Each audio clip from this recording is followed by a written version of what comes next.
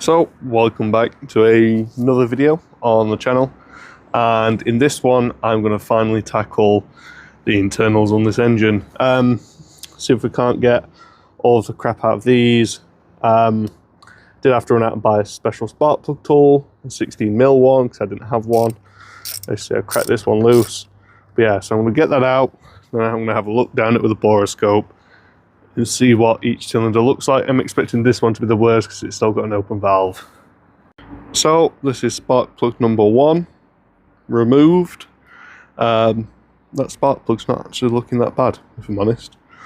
It's looking really quite good. So I don't expect anything to have been in there and to hit that.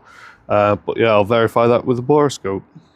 So it is kind of hard to show you guys this, but unfortunately we have plastic debris down in this first one. Cylinder walls all look fine, but yeah, we do have plastic in there, so I have to try and get that out somehow.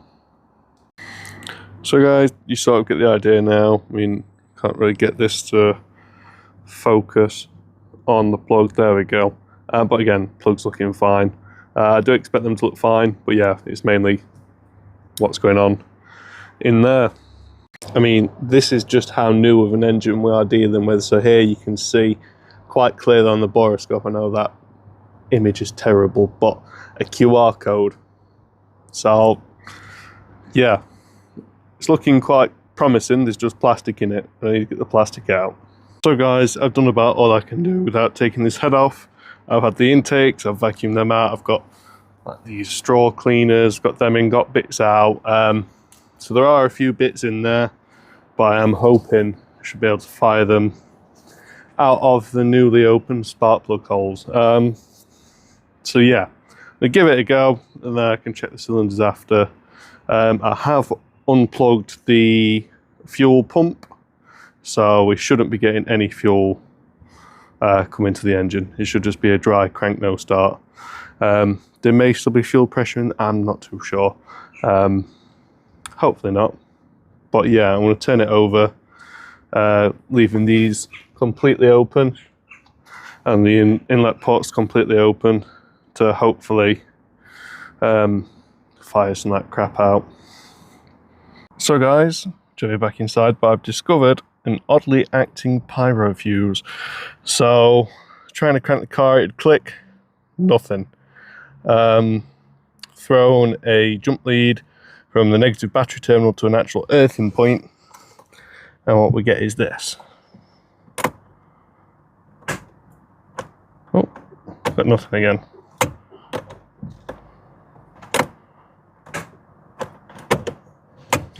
How odd. Let me double check. Apologies, apparently that was in gear. So confirming that is now not in gear. Go for it again.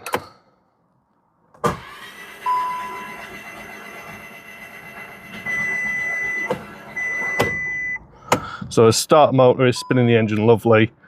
It has fired some of the debris out, which is good. And yeah, essentially I'm going to go ahead with putting this back together, because if it doesn't go right, well, that's no engine time anyway. So I'm going to try it though, and see if we can't get, especially with some proper compression to it, some of those pieces fired out. But yeah, the engine spins, it turns, the bores look okay. So I think I'm going to send it. I did also almost send it into the back of Mrs.'s car, trying to turn it over whilst it was in gear. But yeah, no, I avoided that by about that much. I mean, I can't hold my fingers that steady because it's literally just happened. Yeah, so I'm going to go sit down for 5, and then I'm going to come back and crack on with this engine a little bit. Just a quick one. After doing some more digging, this isn't a pyro fuse, but it was kind of acting like one, I guess. It's the battery sensor, so I'm going to get a new one of those. Yeah, I don't know why it was doing that, but it was. So we'll replace that. Everything will be fine. Yeah, not too much else to say other than it's now going to start to rain. So I am going to now close the bonnet back on this. Got another straw thingy. But yeah, I can start to get this engine button back up. So guys, it's now technically another day, cracking back on in the morning. First injury down already. Good job I'm a private individual and not a business, otherwise my accident book would be full. However, just getting things now plumbed in, like starting to get these coolant lines on for the charge cooler itself. Have looked, whilst this part number is the same, I do believe there's a small difference in this intake manifold. The old one had this style of connector, which I can't see it holding a lot of boost personally, but it did. So the plan with this, because this goes to this evap system, I presume, because that goes towards the fuel tank. So it shouldn't be handling vapors, it should be negative pressure most of the time really, but all I'm going to do, because that is supposed to go on there, but this is I believe an older style manifold, so it has the smaller connector, just checking that out. So yeah, I'm just going to throw some hose on that and 2 clamps either side, cut this bracket connector off there, and yeah, just stick hose on it. Because whilst I could go out and buy another one, I just don't think it needs it. Just stick a bit of hose on, it'll be fine. So yeah, just need to get all these clips back on. Luckily I've not had one of them ping off and try and kill me yet, so that's nice. But we've got the hose back on that lives under there. Must be some kind of drain back down. That's back on. We've got the flange, so I can get that swapped out, and we can swap this out for some different hose that we've got. I've no idea why that cut out on me there, but yeah, essentially just going on about. Obviously we've got that flange as well, we'll swap that out. But things are loosely now going back to where they should be. I'm going to get the boost pipe assembly, and get that back on, so to get everything else plumbed back up. Turbo coupler, ours is broken, we do have another on the way, but that's delayed because of the Christmas shipping, so that's fun. But I can start to get things like this cover back on, and that kind of thing. So yeah, get cracking, and then shortly should be having a new windscreen fitted. So guys, this is about as far as I'm going to get before the windscreen guy rocks up. But here we've got the air intake profile with the flap. That's now back on, connected to the air box, which is now connected to the engine again, probably the turbo inlet. So that's all good. We've got the breezer hose back on there, PCV at the top. Still don't know what that vacuum line that snapped down there's for. I'm wondering if it's something to do with the airbox, like a fresh air feed for the vacuum system. I don't know. There's a lot more pieces to the puzzle that I've yet to work out, including why the clutch pedal's so spongy. Like did, for example, this exhaust manifold, did that whack into the back of the clutch bit there? I don't know. I know I'm low on dot 4. I do have more dot 4. I can always try just bleeding it, see if it leaks. Got the old snapped outlet connector I can put in just for a test fire. I know it's still going to say the bonnet's up because of that. And yeah, and you need to do the MAF wiring as well, which is down in here. So yeah, we can do that. So more than likely I end up taking the airbox back off, but I just wanted to see it starting to come together, if I'm being perfectly honest. Yeah, so I'll wait for a windscreen, and then I can mess about with this for the rest of the day and start in there. Cheers. So guys, we've now had the new windscreen fitted. I mean, it does look lovely. It's got rid of a lot of the marks and the stuff that's on there. If you're just like buzzing in the background, that's my LPG bottle. But yeah, so what I've kept on with here is I've repaired, well, I say repaired, I mean that's completely smashed up, but thrown a new 4-pin connector on for the MAF sensor there. I'm going to put the original one back in just because it was the original one. They are the exact same part number, but I just like the original part to go back on. So yeah, I'm going to throw that on. I will come back and lumen tape this, so it's exposed in the engine bay. And I have done them longer than I need to. It's just the connector came pre-wired with some wires, so I just threw the entire thing on. But yeah, as far as all this, we've got this plumbed back in. Just need to put the airbox back on for that. This is all plumbed in. I do have some weird codes going on, but yeah, the upgrade on VCDS has worked a treat. Now able to retrieve fault codes for this. This is one of the temporary fixes down here. So this intake manifold had a slightly different connector on it. So I cut the old connector off. I put that to this.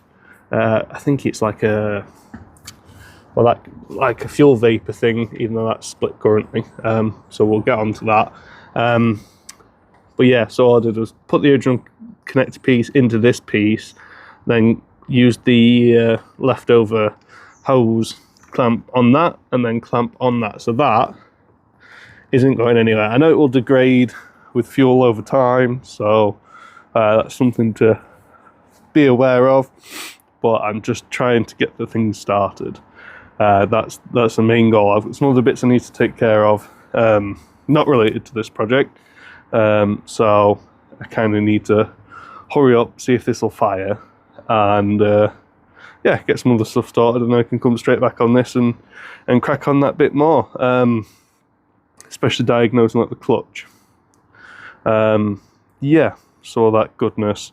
Now, all the lines down there, there's only this one I'm just going to leave open, I guess, although it does run straight to the vacuum pressure thing, so that's not ideal.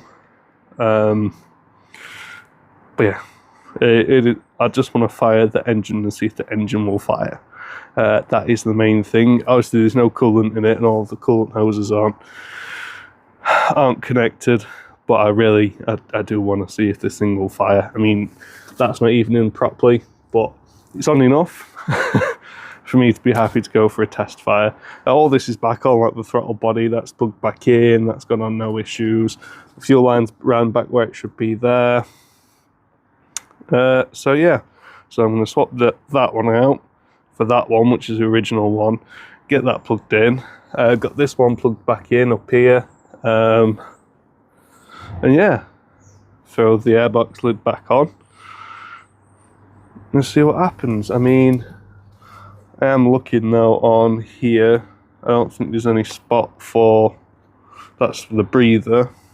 I don't think there's any additional spots for like a clean air feed. I really don't know what that ran to.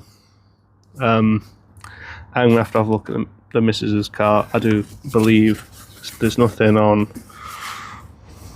this that I can see, unless that went there, but I doubt that. Yeah. Well, I'll throw it on and I'll see what happens. Right guys, I've got that back on. Yeah, it's not 100%, but it is what it is. It looks more like an engine now than it ever has. So I'm quite happy with that. I suppose, yeah, the only thing left to do now, which I'll do on camera, is plug the fuel pump back in and see if it'll prime, and then see if it'll start. Wish me luck. So I have just plugged the fuel pump back in under there. I've not shown that simply because it was awkward to try and do, but let's see, nothing's changed under here. Let's come into the car. Very clear windscreen. Yeah, don't know what's happening with the clutch, but we are going to verify. That's first. That is neutral. Nervous. So you can hear the fuel pump prime. Take that back off. Hit prime again. Hit prime again. Let's go for a start.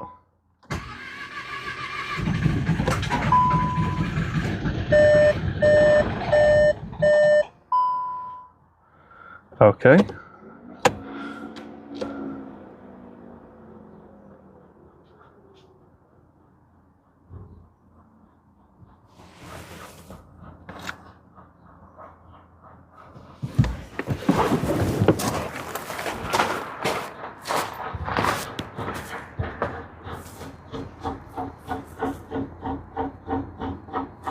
So something's not happy.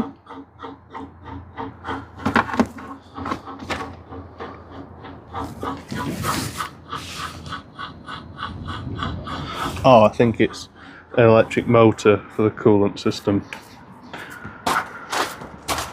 So we'll try it again.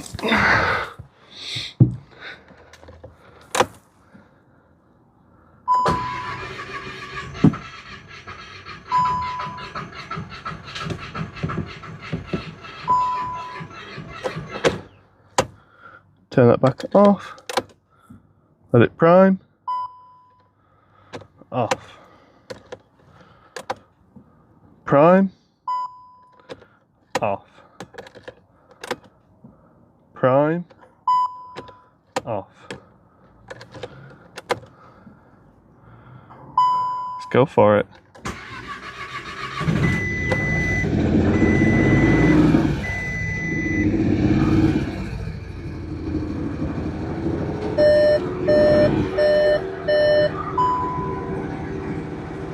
So we have the car running, and luckily what sounded like a bit of a misfire, it's cleared right up.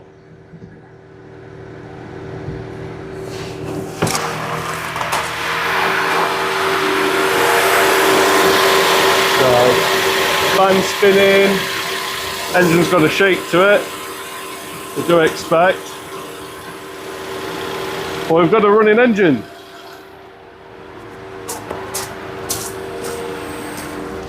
Now, obviously, the car is very not happy about being alive.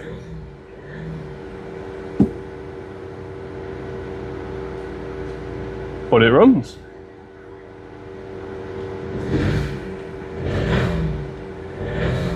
It seems to respond to throttle inputs. I got a quarter tank of fuel. Idle's dropping, which is nice. I've not got to check engine light. Don't have power steering yet. Obviously I don't have coolant, and that's showing 90 on the temperature gauge. But running it for that long won't have hurt the engine. Not at all. So the fact that that's showing 90 on the temperature gauge means there's something not quite right there. And I'm going to have to double check what's plugged into what, that kind of thing. But I've got a running engine. So guys, there ends another day of progress on this car. Really happy, especially as the chappie knew instantly that it was one of those with the sensors built in. I don't know if that's a standard thing on these or not. But yeah, now I know that the engine runs and the engine's happy under here. Guess it deserves these. So, 2 brand new, genuine R-Line badges to go on the wings. So what I do have is the old wings, where I can really have a look at how they were placed, and yeah, so be the end for this video. I'll get these on, also get the door cap on, and I have ran some touch-up paint down these sides. Now it will never be perfect because it's me. I also covered my indiscretion, but yeah, I think that looks a hell of a lot better than it did. Yeah, still need to sort these panel gaps. I think it's this bracket here that's bent, that's making the headlight sit like that. So we'll look at that, look at some more general fitment things. But yeah, as for future progress now, it's getting the coolant system plumbed up, making sure that doesn't leak, finally finishing the aircon pipes, getting the replacement top charge pipe connector, getting that on, and then finally buttoning everything up, getting the new brakes on. So as you can see, these have gone quite rusty, but if it crashed with these brakes, I personally don't trust them. So as with the Skoda, I did them all. It's just one of those, it's a nice thing when you've done the car. It's nice to know it's got fresh brakes, and yeah, it's just one of those. You can also organise, once I've done that, then a scrap collection. Come take away all this scrap, especially as we've got a nice pile here as well. So scrap might be nice and happy with some aluminium and some steel. So yeah, I'll stick these on, I'll show you what it looks like, and then that'll be it for today. Cheers. And there we have it.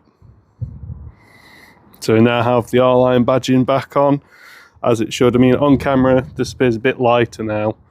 I've got the cap on for the door handle there.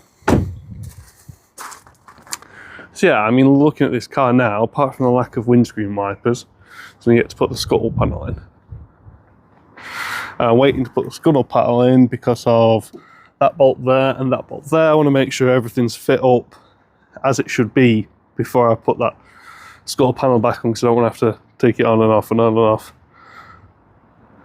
But yeah, cosmetically, apart from the lower splitter there, cosmetically, it's as it should be, which is, well, it blows my mind. I didn't think I'd get to this point where it starts, so it runs. I know it moves under its own power because I almost crashed into the missus's car.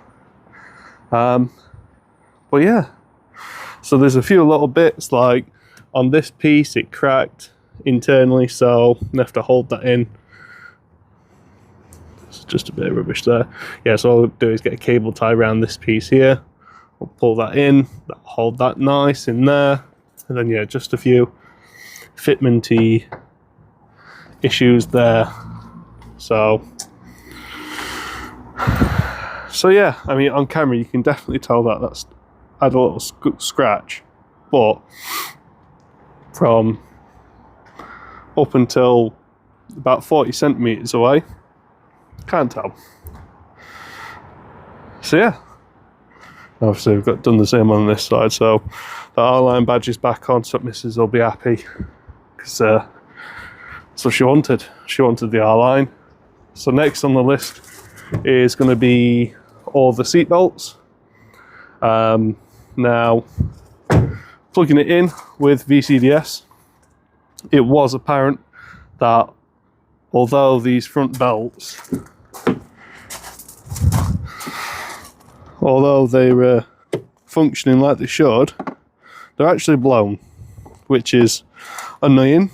I don't know, because that rear one now, over there, the one that cracked the trim, now that I've taken the trim out of the way and give it a bit of slack, it's now returned to being like this. So I wonder if when the people managed to, or whoever was driving managed to get out, if that then reset to doing that when it's blown. Obviously it's still gonna, it's bringing up an airbag fault code.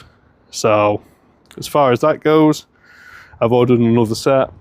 So I'll have to look at changing those, the fronts, changing those in the rear.